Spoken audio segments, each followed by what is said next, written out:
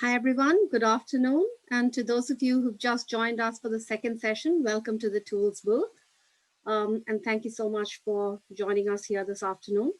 We just had a wonderful presentation by Richard Wolf on the topograph tool. And we will we now are ready for our second demo for the afternoon. And we have with us today Tara Rafat, who's going to take us through a presentation on knowledge graphs.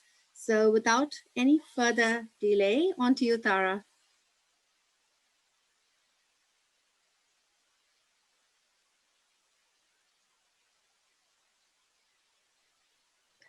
Thank you so much, Kamala. Can you hear me fine? Yes, we can, loud and clear. Okay, perfect. Perfect. Thank you. Thanks everyone for joining. My name is Tara Rafat and I'm the Chief Ontologist for Mphasis. I am the establisher and leader of the semantic technology practice for the company. And I lead all our knowledge engineering and knowledge management projects across different domains within Mphasis.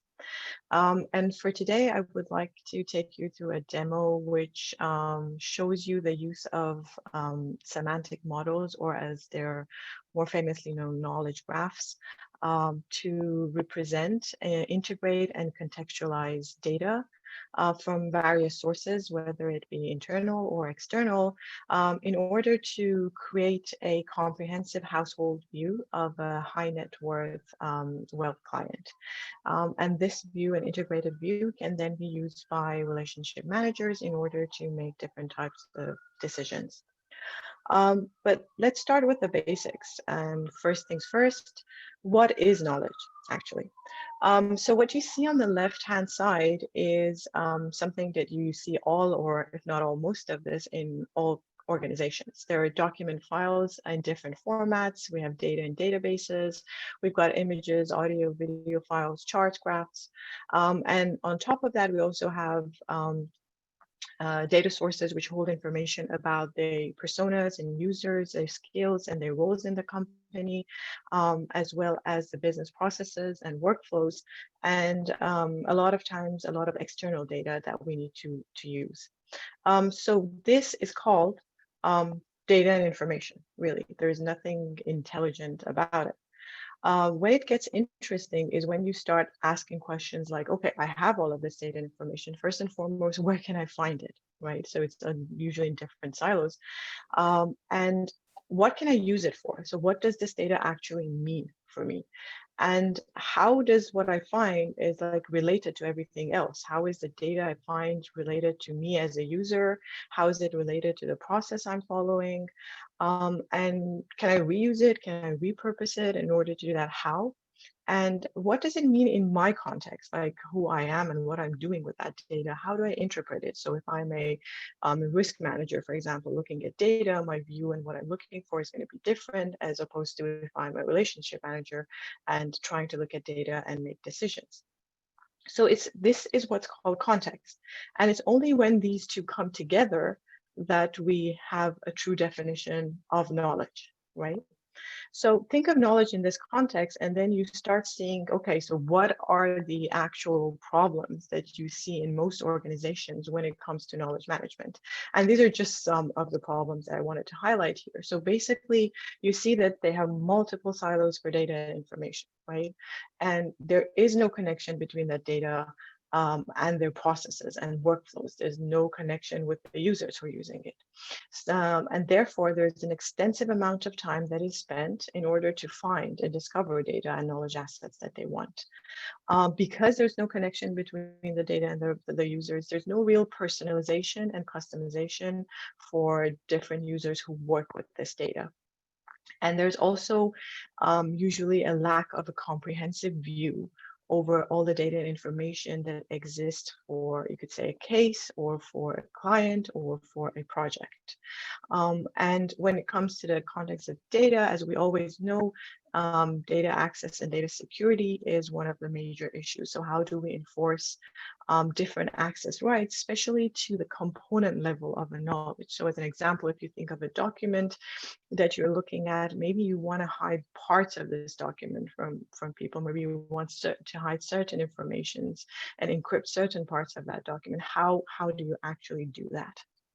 So when you think of knowledge in this context, then you really want to see, like, what is the technology? What is it that would help me in order to represent this form of knowledge?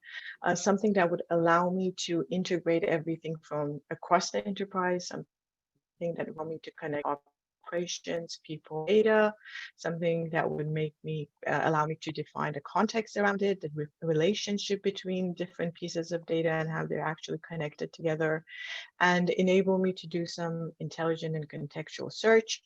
And really important, a way of representation that is very flexible. So tomorrow, if I have more and more data that's coming into the system, I could easily expand it. And to get to the actual automation part, I need this whole representation of data to be machine understandable, right? So the system should understand what data means for me. So it's only then that you could think of intelligent automation, right? It's not just automation, it's the word here is intelligence. So the system has to really understand that data and the context of it. And that's when you can do a lot of intelligent operations, and you would provide a much, much better user experience. So the answer to all these questions of, like, what is the representation that would give me that, is really a knowledge graph. So a knowledge graph is really a real world representation of the company's business logic and an integrated view of its different domain data. So the data that exists within different parts of the organization about the whole, when I say knowledge assets, I'm really referring to all the data that's in databases, all the documents that you have to look at, and the images that you have. All of those are considered assets. The information about the users, the information about your workflow and processes, the information about the partners that you work with in a bank, for example, and also the external sources that you're going to be pulling data from. So you really want to represent a graph format that connects all of this information together while contextualizing it. And that's what a knowledge graph really is. And it could also be serve as your central knowledge repository on which you can perform a lot of different tasks.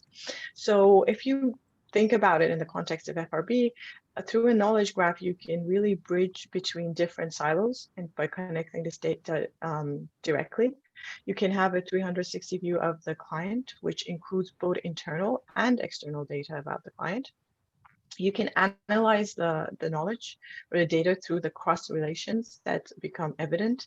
A lot of them were implicit, and after creating this graph, they will become explicit. And you can therefore support a lot of intelligent decision making for the relationship managers. They start seeing a lot of things that they might not have seen before. They have access to a lot more knowledge that would help them to make their decision. And also, it will help you to transform and represent knowledge and the required context for their users, which what I mean by that is that, as I mentioned, it could be the knowledge graph would serve as your central knowledge repository. So you'll have one source of data, but then you can use different views and different processes over that data in order to provide the users with the data that they need in the format that they need. So with different visual formats. So let's contextualize it even a little bit more for a bank. So if you look at different information that exists in the bank, we call it a typey. So there's like information about the transactions, which are, you know, everything that you're doing from your credit card, fund transfers, mutual funds, and business loans altogether, to interactions that the user will be having with through an ATM, through web banking, through mobile banking, or even social media, email and SMS. There's information about your users from their profile, like what is their risk level, what is their lifestyle, what are their different investments, and also what are the expectations, right? What do they want? What are the financial services they want? What financial products would serve them? What are the lifestyle services? And then there's a lot of sources that you could pull in external information about your clients from like social, economical, credit, investment properties that they have. And you really need to bring all of this together into what we call a knowledge base. So create that knowledge graph. So after you have that knowledge base, then you can perform anything you want on top of it. So it could be a source for you to perform your data analytics, and it would be a much better view, an analytic view of the data, because now you've got everything contextualized and connected. You can do any type of querying over it, and you can do like knowledge management over it. And then you can also have the layer of consumption and self-service. So it could be consumption like through query and intelligent search. You can do data visualization and reporting. You can even use it for your chatbots. It could go to other through APIs in the formats that are required. And it could actually be sent to any of the users based on their needs and what they want, or it could be asked for in like a self-service format by these people who work in the bank in their context and what they need. So one source of data, a layer of analytics and processing, intelligent layer that we call intelligent processing, and then creating different views for different people that want to use this. So this is more contextualized in terms of the information that you would integrate within a bank, and you like what you would call a connected bank, really. So now I would like to take you through an example of what a knowledge graph actually looks like from the demos aspect. So I'm just going to stop sharing this and bring up a video for you guys.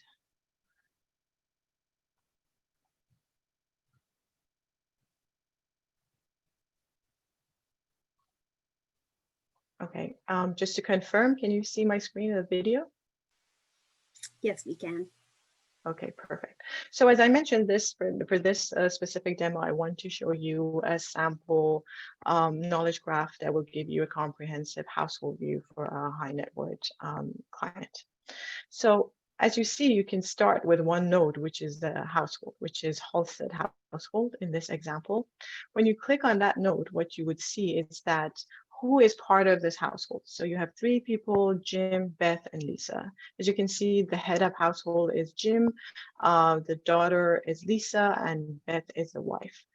On the other side, you can actually see the different products that are held by this household. So wealth, deposit, and loan. You can click further in order to see, okay, what are the two different types of wealth products that they're holding, wealth retirement, wealth retail, and you can also see the balance. Similarly, for the deposit, you can see an integrated balance, and you can also see what type of deposit product it is, which is a demand deposit.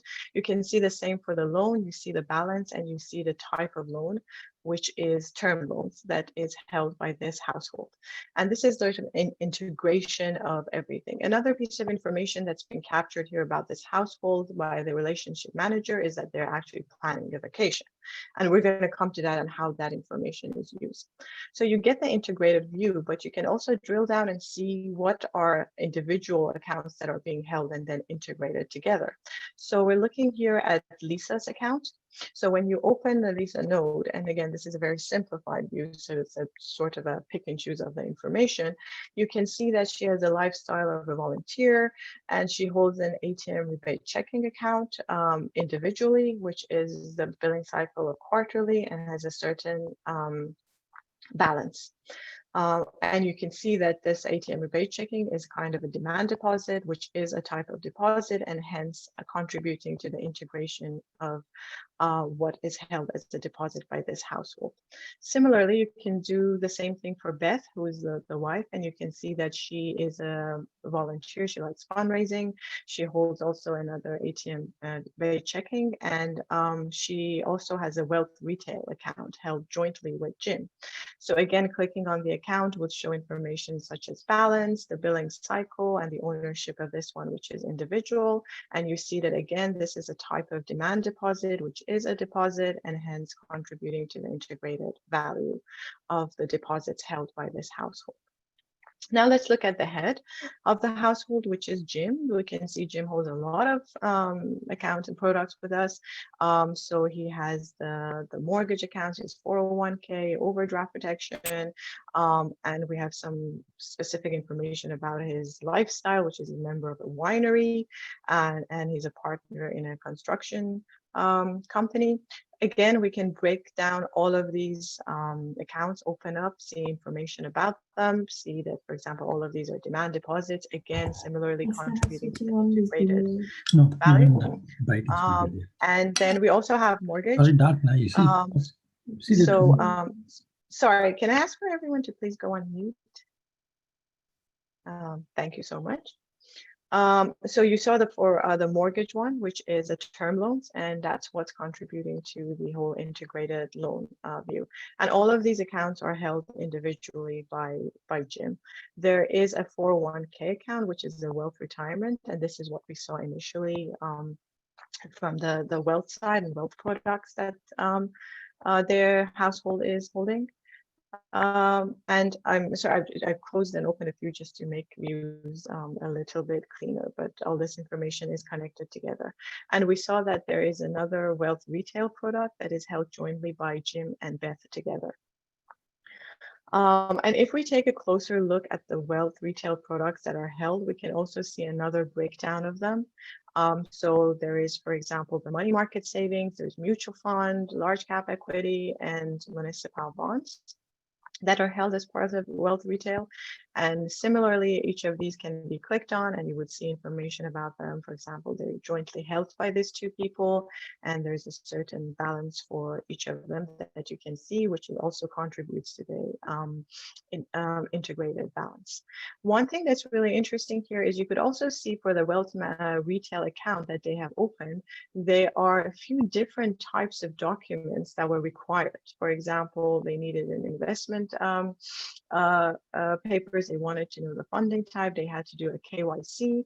And you can also see like this, all of these documents have a status of receipt. So you know that the no specific document is actually pending for this specific account.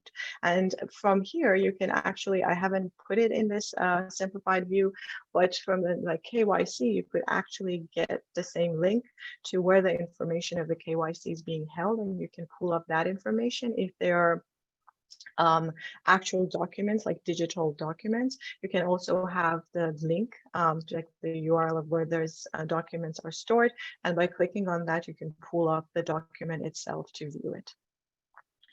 Now going a little bit back to basically what I showed you in the beginning, which was the information that was captured by the relationship manager in the context of the household planning a vacation.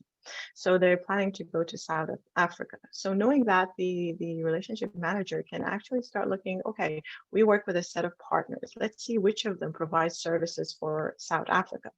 And you can see that there are Jakarta Travels and Kensington Tours, which are providing services for South Africa.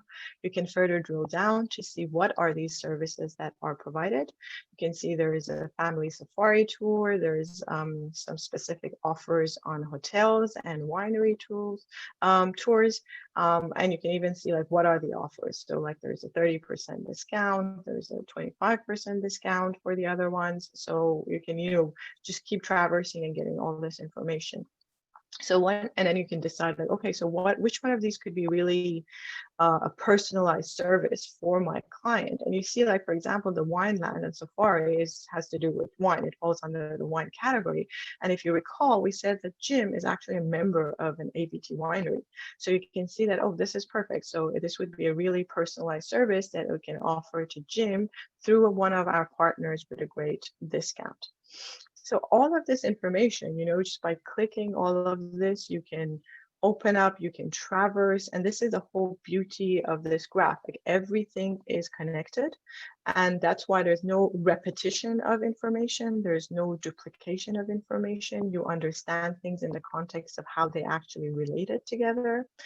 And I know that this graph, even in a simplified format, looks very overwhelming. But the point is that this is the backend of your system. This is how your data is stored in the backend and connected.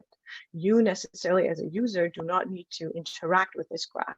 We can give you a graph view to traverse as needed with controls over the pieces of data that you can see as the user. But the whole idea is that I have this connected data. Now I can provide it to you in any format that you would like, any format that actually makes sense to you and can help you. So don't get too like overwhelmed by, by the view. I know that it can be pretty scary sometimes when you see this, but this is really the back end. So having shown you that, I'm just going to go back to the presentation for a quick recap and some other examples of the use of knowledge graphs.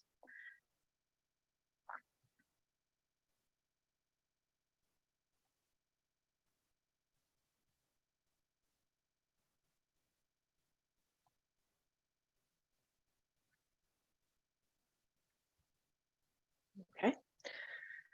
So back here, just to do a quick recap. So if you're really looking at your knowledge from a semantic knowledge ecosystem, so using knowledge graph to represent everything, this is what you're really getting out of it.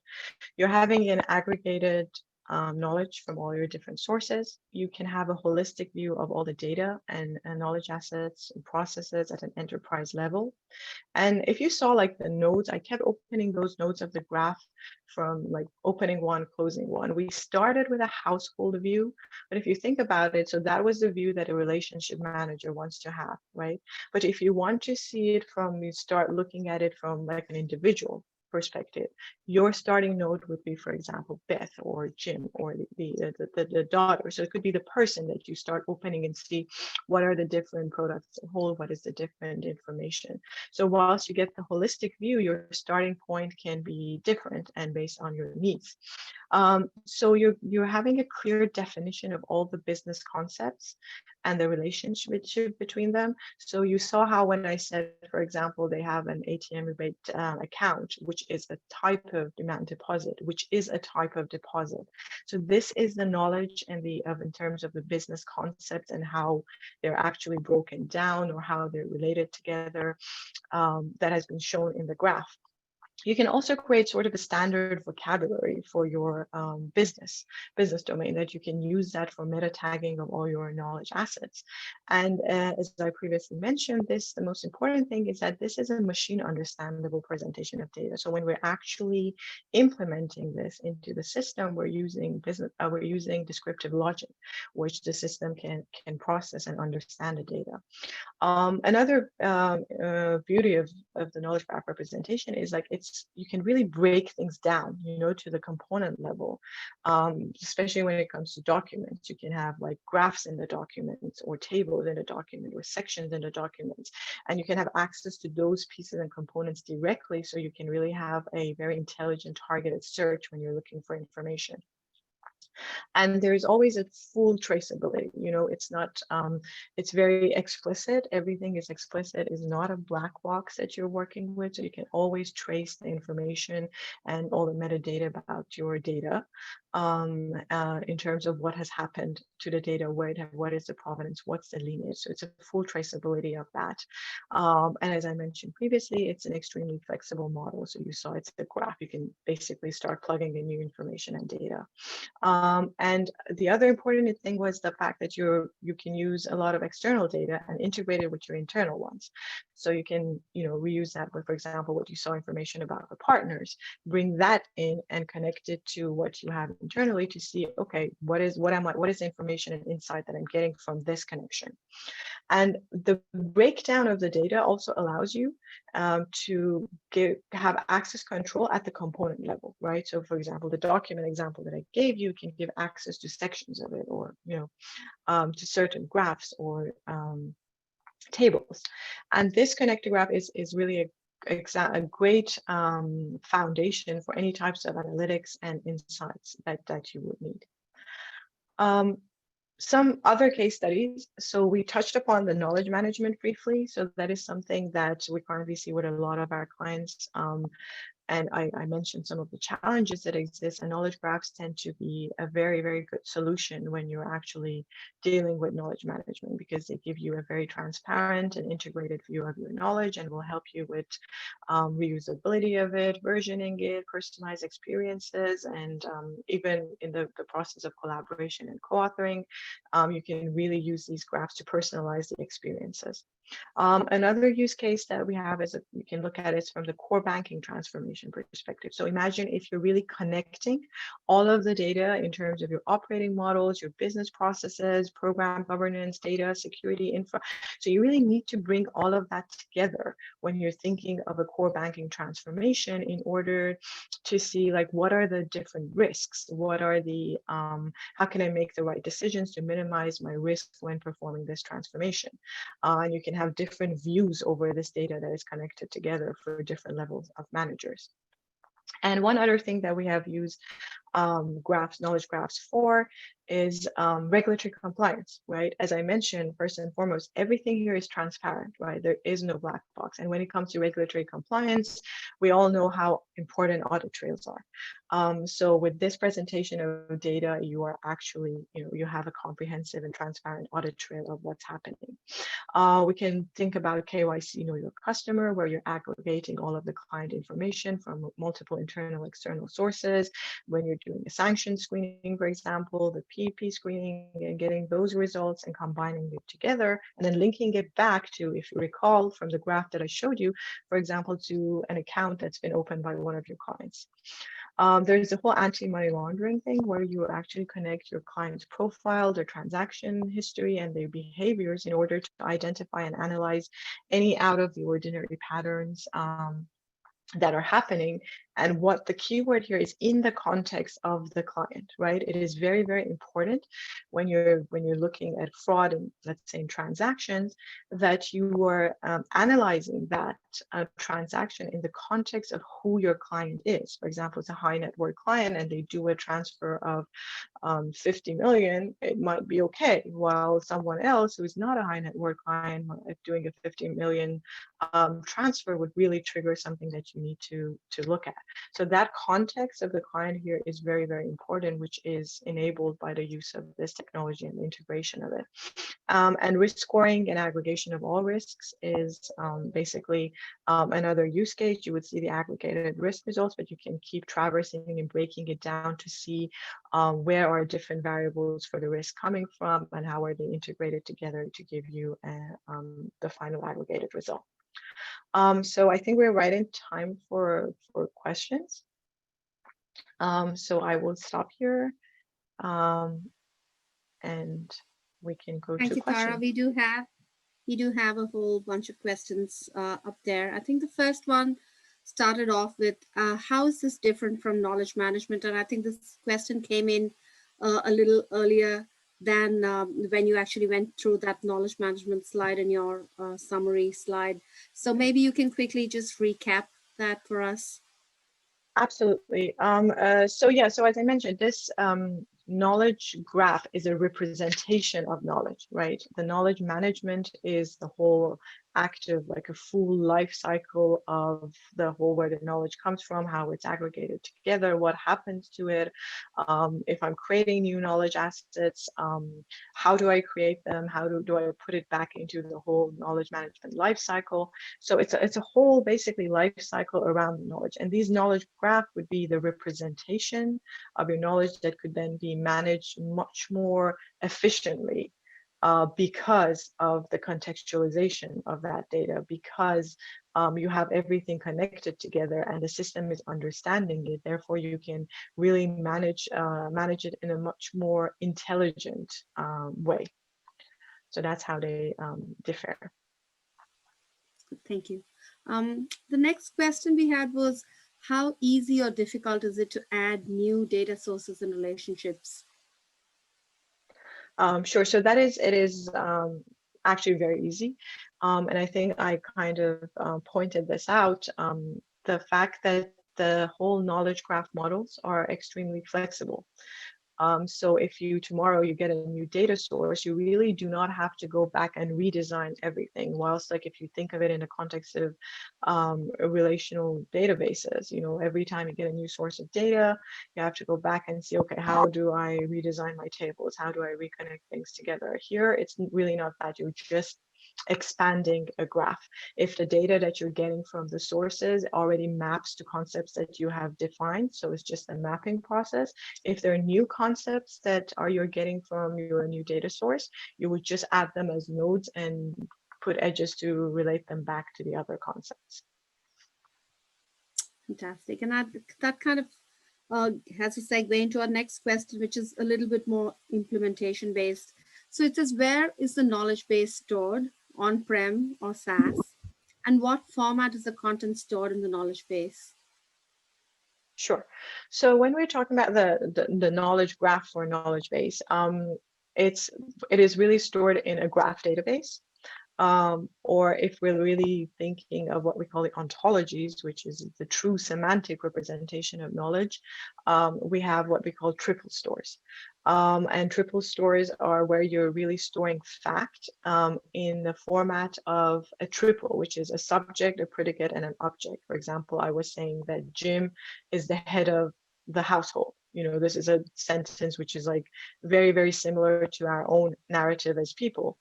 So this makes a triple together, two nodes and the relationship between them. And that's why we have triple stores to store them. The graph databases or triple stores can be on-prem, they can be on cloud. So that's where you would store it. There are even like native graph databases or triple stores on Amazon, for example, and AWS Neptune. We have the graph database. We have Azure for Microsoft. So there are a bunch of them which are cloud native, but we also have a lot of graph databases that are used today. Like I would name a few of like triple store graph databases such as a Stardog, Ontotext, all of which can also be migrated to cloud as well as obviously being on-prem. Thank you. So our next question is, how easy is it to modify the configurations and do we have to know some rules in the backend to be able to make these changes easily? So just to try and make sure that I understand the question, the rules is what is going to be applied on top of the data, right? So the data layer is again separate from the rules layer, right? And so you have the data representation in a knowledge graph format, and then you can define rules using different rule engines that exist out there, and those rules can be configured. For example, you can define rules when we're talking about, let's say, like the aggregation of the different accounts, or whether you want to set a rule in terms of the alerts for example, when we're talking about in the context of AML, if there's a fraud and out of pattern transaction that you want to create an alert for. So those are the set of rules will be actually a different layer on top of the data. The graph, the knowledge graph, is really just a representation of your data in a contextualized format. Got it. And we had one more question. So it says, can knowledge graph crawl data sources like SharePoint, and can it integrate with applications like ServiceNow for like mining ticket data? Sure. So again, just going back, this is a representation of data, right? And we have built actually for a few of our clients, when it comes to the context of knowledge management, we have built knowledge graphs as a layer on top of SharePoint. Because as we know today, a lot of our especially these days where everyone's working with Teams and with SharePoint and OneDrive and all our information is really there. So what happens is that the data and documents exist there. What we have to do is to do sort of a process of mining for doing entity extraction and mapping those data that we're extracting to what we call the knowledge graph that we have created. So basically, you create a conceptual model of the knowledge in terms of what exists within your organization, in terms of the domain. So different types of documents that you'll be looking at, different types of data. For example, as a bank, you're talking about we have clients, we have accounts, we have products, we have sub-products, and naming all of those products as you saw, for example, in the example that I showed you. You have wealth products, you have wealth retail, and you have wealth retirement. So all of that would encompass your what we call the conceptual knowledge model, and the data that comes from data stores such as SharePoint or any other data store will be mapped to that model. Another way to look at it is you're basically using that graph in order to meta tag the content that exists in SharePoint or any other data source that you would deal with. Fantastic. Thank you. Kamla, we So see our one next, question on Kamla, we see one question on the chat. yes, Yes. that's right. The elation one. Yeah. Yes. So the next question was what is the USP or differentiator of knowledge graph and compared to tools like elation? Um, I honestly, I'm not very familiar with elation. Um, so whoever asked can if they can give me um, if they Yeah, can perhaps go we off could mute and give me. take it away. I think the question was from Sasi. I'm not sure if he's still on the call. But maybe we could take this question away and get back to Sasi Sure, because once we yeah, finish I can have a look because yeah, I'm not familiar, so I don't want to give a wrong answer. Not a problem. I think our last question here that we have on the chat is, what is the usual timeline to do an analysis and kind of implement something like this in an organization? And how what is the approach to actually, suddenly bringing in a tool like Knowledge Graph? Right. So one thing is really important is when you want to implement such a thing in an organization is to look at it as a strategy for your data, right? Not something that is just to be done here and now to solve one specific tiny problem that you want to solve, right? As you saw, we're looking at the whole organization. We're looking at the enterprise level and the data that exists in different silos across the organization. So it's really a strategic view of what you're going to do with your data, especially if you're looking in the future of, like, as we spoke, how easy it is to expand and how flexible this model is to be expanded. So having said that, the development of the knowledge graphs, I mean, you always start with what the organization already has in terms of there are usually some taxonomies, there's some data dictionaries, there some hierarchies that have been defined, there are database schemas, and then we also have our like tools which are our own IP within Mphasis, such as Deep Inside, which do the whole crawling of different documents and entity extractions and different ML algorithms that will help us in order to start building the graph. Um, an important thing is that the graph built itself, building the knowledge graph, is an agile process on its own, right? So we're not, when you start building that graph, you're not going to sit and say, okay, let's wait for 3 years till I build a knowledge graph for the entire company before I start using it. It's not like that. You would modularize the build of it and start by defining, smaller scopes through which you will see a return of investment on the work that you're doing on the knowledge graph. And you keep building it exactly as if you would do any sort of software development in an agile format, different sprints, and keep expanding the model. And it could, at the time it could take it really depends on the scope that you're starting with and how much basis you have in terms of whether there's a existing taxonomy or not that you can build from, or you're doing it from scratch, or more importantly, whether there are existing knowledge graphs that are available out there for the domain that you're looking at, for the scope that you're looking at, because there's currently being a lot of work done in defining these knowledge models and knowledge graphs and trying to standardize them in some fields. One example is FIBO, which is the financial business ontology, which is dealing with financial terms that it could be reused and built upon. So depending on the scope, you can do a model from something between 3 weeks to 6 months. It really depends on that. Good, thank you.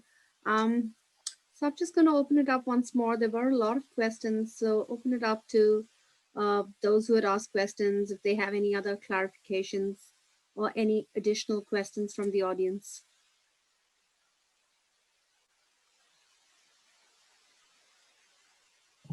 Yes, can you hear me okay? Yeah, I just wanted to kind of follow up a little bit on the difference between the purpose of this, which is, I understand, is mapping, but you also talked about knowledge management lifecycle. And so I guess whatever repositories we're connecting to and looking at, like let's say it's a SharePoint repository and a ServiceNow repository, how do we use the knowledge graph data? Like what kind of benefits can we see if we're using it towards knowledge repositories? Right. So there are various things that you could do. There's a lot that could actually be done from the knowledge management perspective, because one the most basic thing is when you start defining the knowledge model for your domain. And then you can use that, as I called it, the conceptual model of your domain. What are the different vocabularies that you use? What do they actually mean in your context? How they're connected? And then you can use this graph, as you also mentioned, to tag the information that you're storing inside your in your SharePoint online or other data sources, right? And when you tag, what is the difference between just like a normal meta tagging, like with a taxonomy? The difference is, for example, when you tag something with, let's say, a country of, let's say Switzerland, right? And then you're looking for information about policies in Switzerland, right? So current search engines, what they would do is they would go and bring up any type of document or data that exists around Switzerland, and maybe the word Switzerland or policies, right? With a knowledge graph, you also in the backend have the information, the fact that Switzerland is a Scandinavian country, right?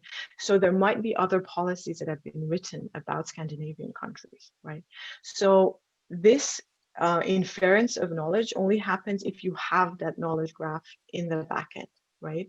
So then the system can bring you all documents which are related, that could be related, that you may not have found initially if you went and started searching, right? So this is from the search perspective of the graph of the knowledge management side. The other side of it is when you want to actually bring everything together and integrate it. So mapping to that graph, using that graph for tagging, means that everything is really now integrated together and you can see it from that perspective. If you recall, I mentioned that you can use knowledge graph not only just to represent the data that, from the information data that we talk about, but also the processes and business processes and the users, So what you can do is, for example, you define a certain business process using the graph, so model it and say, this is this business process, and it uses these sort of data. So you are currently connecting your business process with this data. And then you can say that these business processes are used by this type of roles and this type of users, right? So tomorrow when this user goes in, you can really personalize what data they need to see based on who that user is and what business process they're using. So you can really manage this whole knowledge that exists in that context of like, okay, make it really personalized. It may give you an personalized experience for your user, or even when you're doing your search, also like, because you're doing this, performing this work stream or this process, I can give you very specific data that is relevant to what you need. So that's another use of it in the context of the whole knowledge management lifecycle. And we have also, we can see it also as a foundation for when you're creating new knowledge assets, of how can we bring in people together who have the right expertise, and they have even like going to like the right availability at the moment in order to create, let's say, a new document, in order to perform a certain task. And you can bring those, use those relationships to pull out the right people with the right expertise. You can use the domain models to meta tag your documents or what you're creating. So you see how everything is really becoming interconnected together when you're linking your domains and your business processes and your people together. I hope this answered your question. Yes, thank you. Thank you, Tara. I think we are at 4:33, so we are a couple of minutes over. Thank you so much once again for the very insightful presentation. We do have one open question, so we will connect after to make sure that we send out a response to Sasi on that question he had. So thank you everyone for joining this afternoon. The social fun hour started at 4:30, 3 minutes back. So you can leave this meeting, navigate back to the platform that you joined, and you can go into one of the networking rooms and join a room of your interest. There are some interesting games and fun videos and prizes planned. So please, you can feel free to leave the Zoom session and go back to the networking sessions. Thank you so much. Thank you, Tara and Richard, once again for the fantastic presentations. Sure. Pleasure. Thank you, Thank you. Kamala. Thanks, everyone. Thank you.